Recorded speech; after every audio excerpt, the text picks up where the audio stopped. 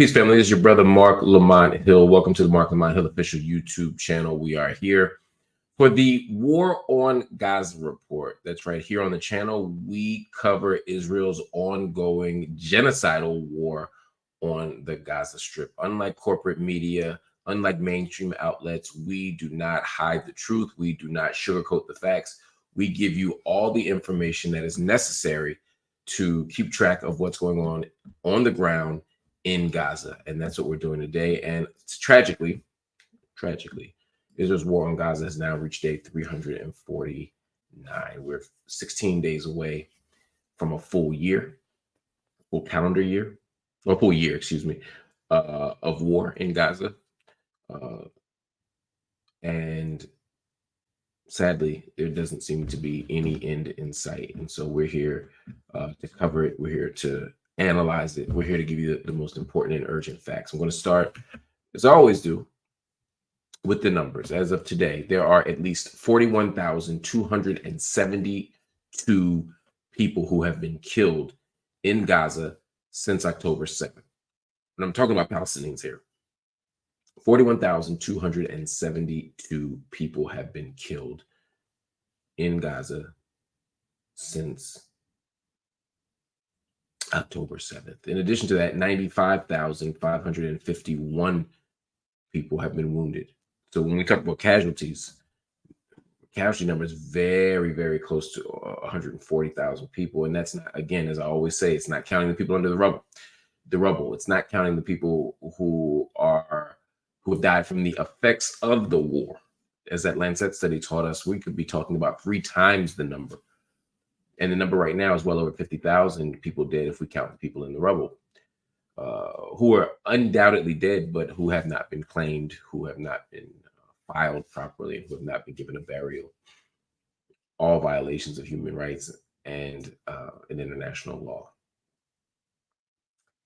Not the fact that they haven't been identified, just to be clear, but the fact that there's been obstruction to them their bodies being accessed. There's been a blocking of them getting humanitarian aid. There's been a failure to allow people to claim their children, their mothers or wives, their husbands, their brothers or sisters, their neighbors, etc. So all of this is the backdrop to what's going on. Some updates Gaza's civil defense says that 12 Palestinians have been killed in 2 Israeli attacks on Gaza City after Israeli bombardment leaves at least 28 dead across the Gaza Strip on Thursday. 28 dead Thursday. And to be honest with you, at this point, 28 dead is a low number, but a bombardment of Gaza City, or an attack on Gaza City after the other bombardments, is not surprising. It's not uncommon, and it is consistent with everything that we've seen so far. We don't have the number of children who are dead among the 28 or maybe 40 people. We don't know the number of mothers. We don't know, but based on the data so far, if 40 people have been killed, there's a really good chance 26 of them are women and children. This is the context. Anyway, a video has emerged from the West Bank. It shows Israeli soldiers pushing bodies off of a roof. I'm going to say that again. It shows Israeli soldiers pushing bodies off of the roof. I have seen the video. It is gruesome. There was a raid. It killed at least 5 Palestinians. And when you watch this footage, what you see, and I'm going to see if I can pull this up to you, courtesy of Al Jazeera. In fact, I can. Here we go. Because I don't want you to think that I'm being dramatic or that I haven't seen it. In either case, it's gruesome and it's terrifying to know that this is the reality that we're dealing with. I want you to look at this video. It's gruesome. I mean, there's no way to show you this and without you seeing the gruesomeness of it. So watch if you can. These are the soldiers. This is in Qabatiyya.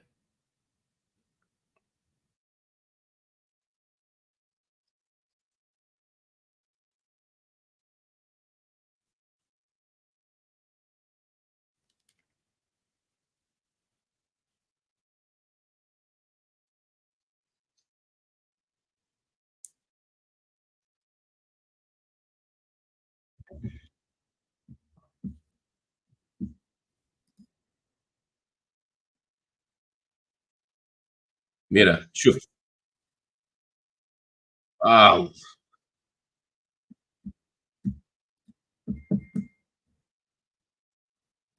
so two things are happening there.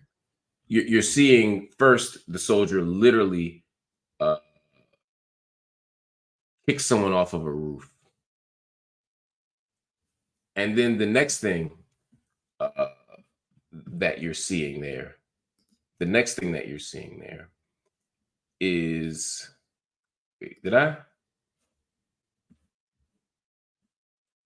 I'm sorry, we may have had a tech issue. Could y'all see the video?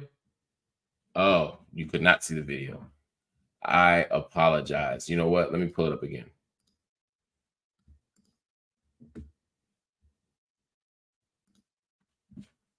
Okay. How about now? There we go. I apologize, y'all. It ran to the Butch Ware interview that we had. Can you all can see it now, right? Okay. Watch this video again. I apologize. Watch this again.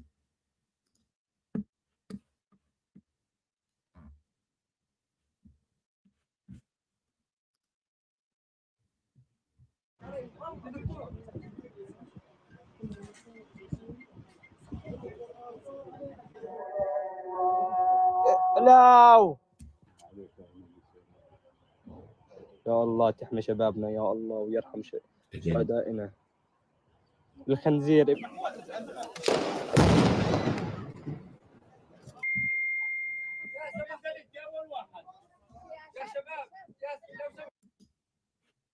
Yeah, khinzir indeed.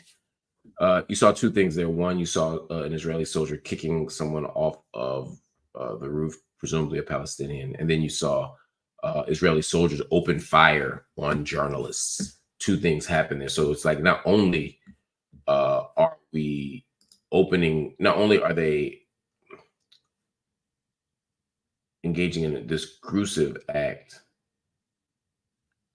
of throwing someone off of a roof, but we're also seeing any attempt at accountability be undermined by um, by soldiers who, once again, with impunity, are shooting at journalists. This is one of the worst things that you could imagine. And again, this is in Qabatiyya. This is not in Gaza. This is in the West Bank.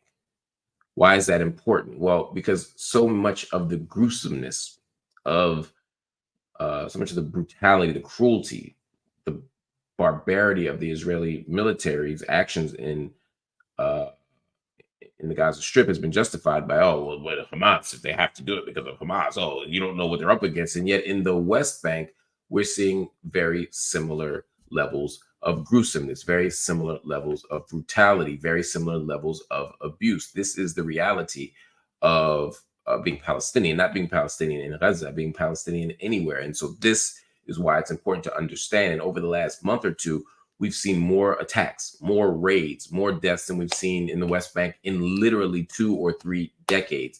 Things are bad in the West Bank. I'm not saying the West Bank is the same as Gaza, but what I am saying is that Palestinians are catching hell everywhere. And in many ways, the issue in Gaza is being used as a pretext for a more illegal settlement expansion in the West Bank. It's being used as a pretext for more settler raids. And what we've seen lately is not just settler raids and more illegal expansion. We're seeing the literal pogrom that happens in one small place now happen in lots of places against Palestinians.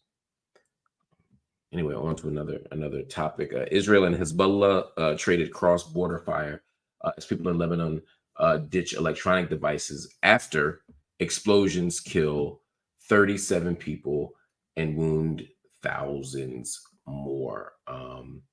This is an important piece of the conversation. As you all know from earlier today and from yesterday even, electronic devices exploded in South Beirut and other parts of Lebanon for a second day on Wednesday, resulting in casualties and fires. A second attack blamed on Israel. 20 people were killed and more than 450 were wounded in Wednesday's attack, according to Lebanon's Ministry of Public Health. On Tuesday, thousands of Hezbollah pagers exploded, killing 12 people and wounding nearly 3,000. The two attacks came so close together that many people in Lebanon were worried about their own use of electronic devices and the state of the country's security. I mean, you're talking about terrorism at the highest level. The attack allegedly targeted mobile phones, laptops, solar energy cells, as well as walkie-talkie radios that were purchased at a similar time about 5 months earlier as the exploding pagers. Devices exploded in cities including Beirut and its southern suburbs. Hermel, Baalbek, Saida, Nabatia, Tyre, Naqoura, and Marjayoun. All of these cities. This created, I don't even know how to describe this other than just state-sanctioned terrorism. This is one of, it doesn't even sound real. I think I saw someone in the comments say this is like, yep, FBI. They said this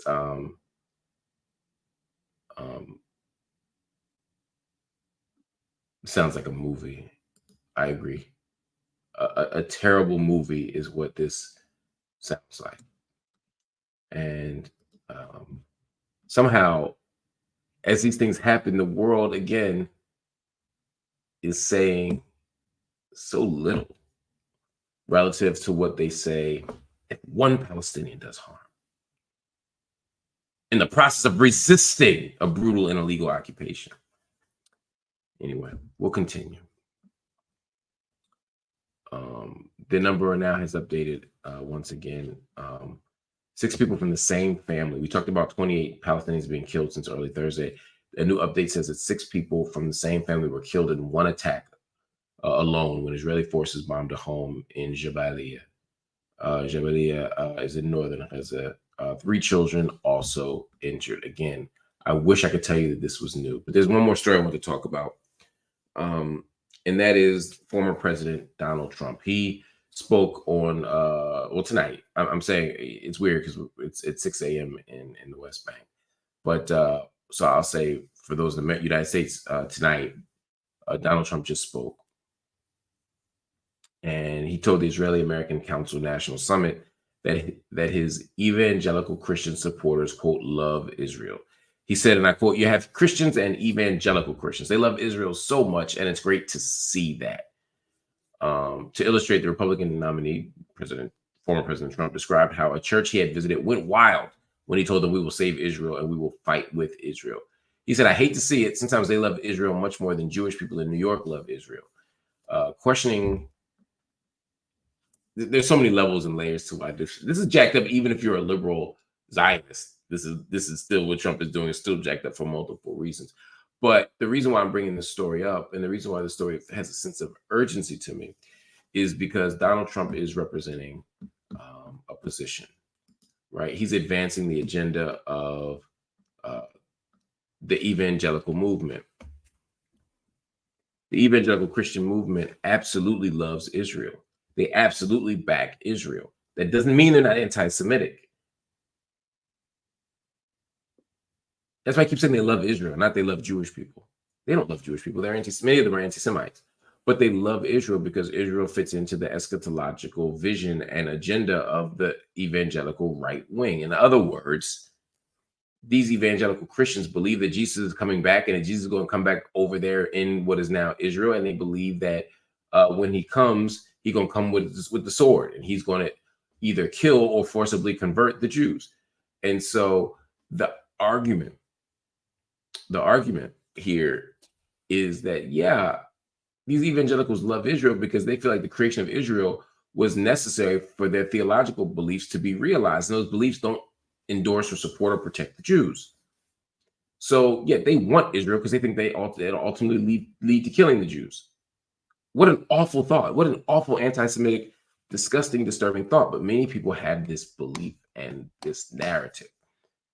So Donald Trump isn't that smart, so he may or may not know that. I don't know. But what he does know is that many of these same people who are calling to protect Israel are also using anti-Semitic tropes. They also are white nationalists. You got people marching through the streets of Charlottesville saying the Jews will not replace us, who are also saying we got to protect Israel.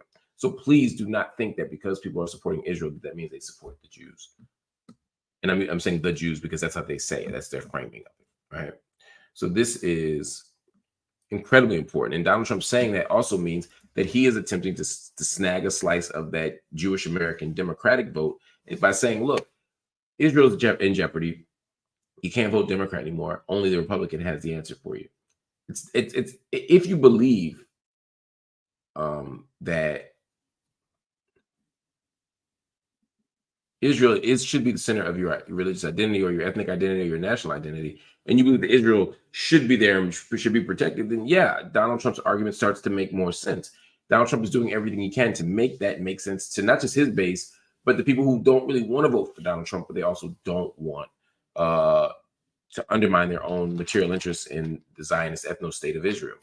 So this is the complicatedness of it. This is the messiness of it. And this is what we'll come to recognize as maybe the thing that makes Donald Trump president, or the thing, depending on how people respond, that undermines his potential to be president. As you know, we'll find out. We'll find out. Anyway, I want to thank you all for watching the War on Gaza report. We got much more coming up. We'll do another one, not tomorrow, but probably Saturday. In addition, we have live Q&A coming up in the next day or 24 hours or so. So let's do both. Let's talk. Let's connect.